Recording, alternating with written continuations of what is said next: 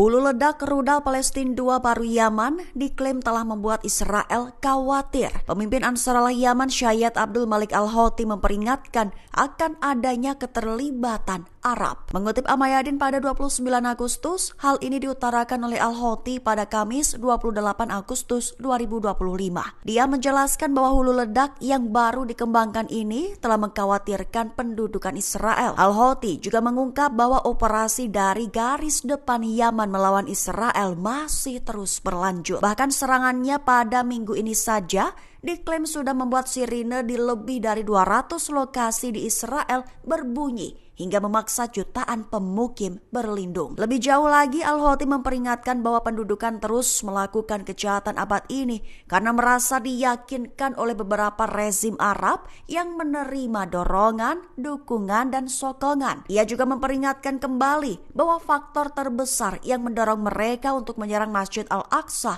adalah rasa puas diri dan kolusi Arab. Sayap militer Hamas, Brigade Al-Qassam mengejutkan dan menyerang Brigade Lapis Baja Israel. Tak lupa, Hamas juga menanam alat peledak hingga terowongan tersembunyi masih ada di bawah kaki IDF. Mengutip KBRI pada 29 Agustus, kabar ini dilaporkan oleh sumber utama Yediot Ahronot dalam laporan terbarunya. Lebih tepatnya dilaporkan beberapa rincian bentrokan dan konfrontasi yang terjadi beberapa hari terakhir antara perlawanan Palestina dan pasukan pendudukan di lingkungan Zaitun Tenggara Kota Gaza. Pertama, Al-Qassam disebut telah menargetkan wakil komandan Brigade Lapis Baja dan melukainya. Juga menyerang pasukan Brigade Lapis Baja Israel di hari sebelumnya. Pantas, laporan itu mengutip sumber militer yang mengonfirmasi bahwa Hamas masih terus menyerang posisi sementara IDF. Bahkan dilaporkan bahwa pasukan Israel di daerah Zaitun terkejut dengan keterampilan Hamas dalam menanam alat peledak, di mana disebut yang berkontribusi terhadap keberhasilan operasi berkelanjutan mereka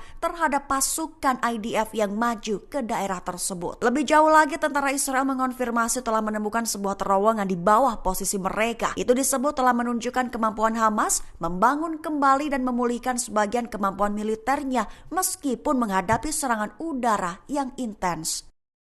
Yaman bersumpah akan melakukan pembalasan kepada militer dan ke wilayah Israel, menyebut bahwa agresi Israel terhadap negaranya beberapa waktu lalu diklaimnya gagal total. Mengutip Palestine Chronicle pada 29 Agustus, hal ini diutarakan oleh Mahdi Al-Mashyad, Kepala Dewan Politik tertinggi pada 28 Agustus 2025. Lebih tepatnya, dia membantah laporan media Israel yang menyebut serangan udara IDF menargetkan para pemimpin senior Houthi Yaman. Dia menegaskan bahwa klaim tersebut adalah berita palsu dan serangan tersebut gagal total. Bahkan Mahdi Al-Mashyad menggambarkan serangan itu sebagai agresi yang gagal, menegaskan bahwa narasi Israel dibuat-buat untuk menyembunyikan ketidakmampuannya dalam mencapai tujuan mereka. Sehingga Mahdi Al-Mashyad bersumpah akan melakukan pembalasan yang diharapkan akan beri pukulan telak di pihak Israel. Operasi intelijen Iran dilaporkan berhasil menembus keamanan vital Israel, sehingga itu diklaim menjadi satu di antara faktor kemenangan pasukan IRGC Iran dalam perang 12 hari kemarin. Mengutip Tasnim pada 29 Agustus, hal ini dikabarkan oleh juru bicara IRGC, Brigadir Jenderal Ali Muhammad Naini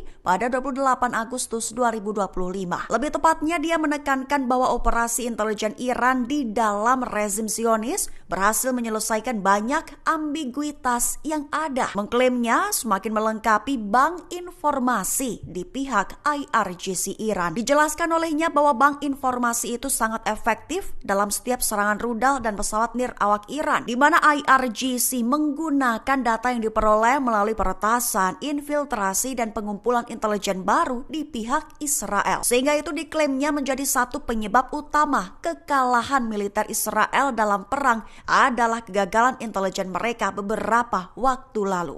Mesir dan Qatar kompak serang rencana Israel tentang penggusuran warga Palestina. Kedua negara itu juga mendesak gencatan senjata di Gaza sesegera mungkin. Mengutip Al-Mayadin pada 29 Agustus, hal ini diutarakan oleh Perdana Menteri Mesir Mustafa Madbouli dan Perdana Menteri Qatar Mohammed bin Abdul Rahman Al Thani pada Kamis 28 Agustus 2025. Lebih tepatnya, mereka menegaskan penolakan mutlak terhadap segala upaya penggusuran warga Palestina dari tanah mereka. Kedua negara itu juga menegaskan kembali pentingnya bagi Kairo dan Doha untuk mencapai kesepakatan yang menjamin gencatan senjata segera di jalur Gaza dan memastikan masuknya bantuan kemanusiaan. Adapun pertemuan itu berlangsung di kantor pusat pemerintah di kota New Alamein. Sebagai informasi tambahan, Menteri Mesir mengungkap bahwa upaya diplomatik saat ini bertujuan untuk mencapai kesepakatan 60 hari yang akan menetapkan gencatan senjata. Selama periode itu, negosiasi akan membahas penghentian perang, pembebasan semua tahanan, dan jaminan akses kemanusiaan penuh ke Gaza. Ia menambahkan bahwa tujuan utamanya adalah membuka jalan bagi proses politik yang mengarah pada pembentukan negara Palestina.